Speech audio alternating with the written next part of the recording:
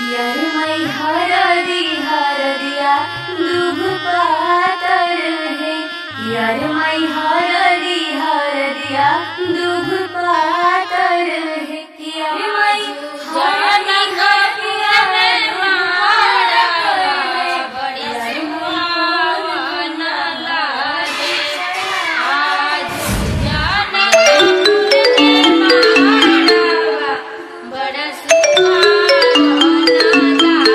Hello.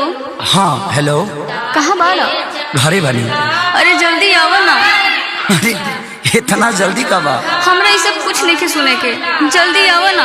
अरे तो इतना घबराइल काहे बड़ू? हमरा जिंदगी और मौत के सवाल बा, प्लीज जल्दी आ जाना। ठीक बा आओ।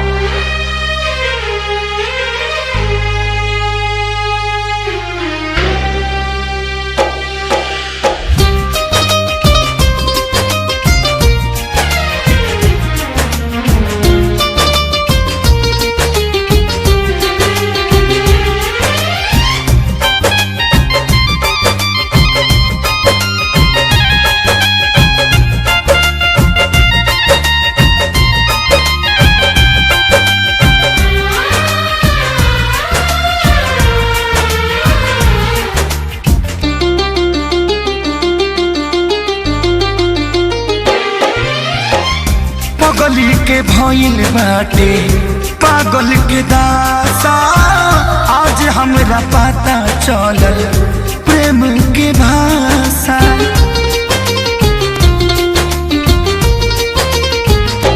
हाँ पगली के भइल बाटे पागल के दासा, आज हमरा पता चलल प्रेम के भाषा।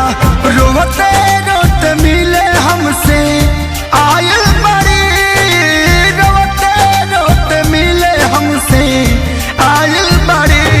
हमर जान आज हरदी से लटाइल बड़ी, हमर जान आज हरदी से लटाइल बड़ी।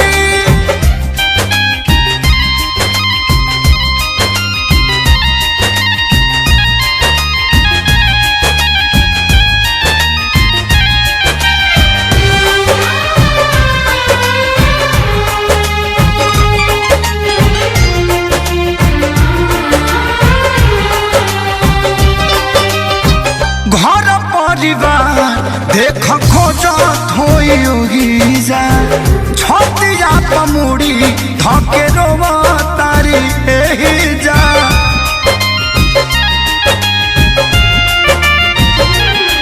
हथवा के मेहंदी मिटावेली इ तो हमरे के समझावेली। अखिया बाल राइल पागा लाइल बड़ी, अखिया बाल राइल पागा लाइल बड़ी। हमर जान आज हरद से लटाइल बड़ी, हमर जान आज हरद से लटाइल बड़ी।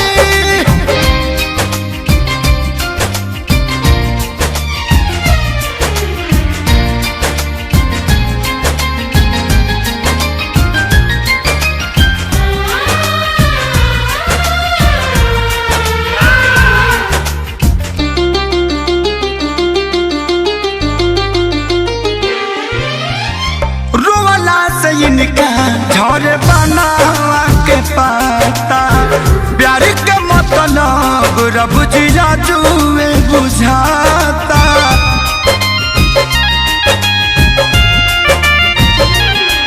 हम इनका से तनिको खफा नहीं खी, काहे की जान बेवफा नहीं खी।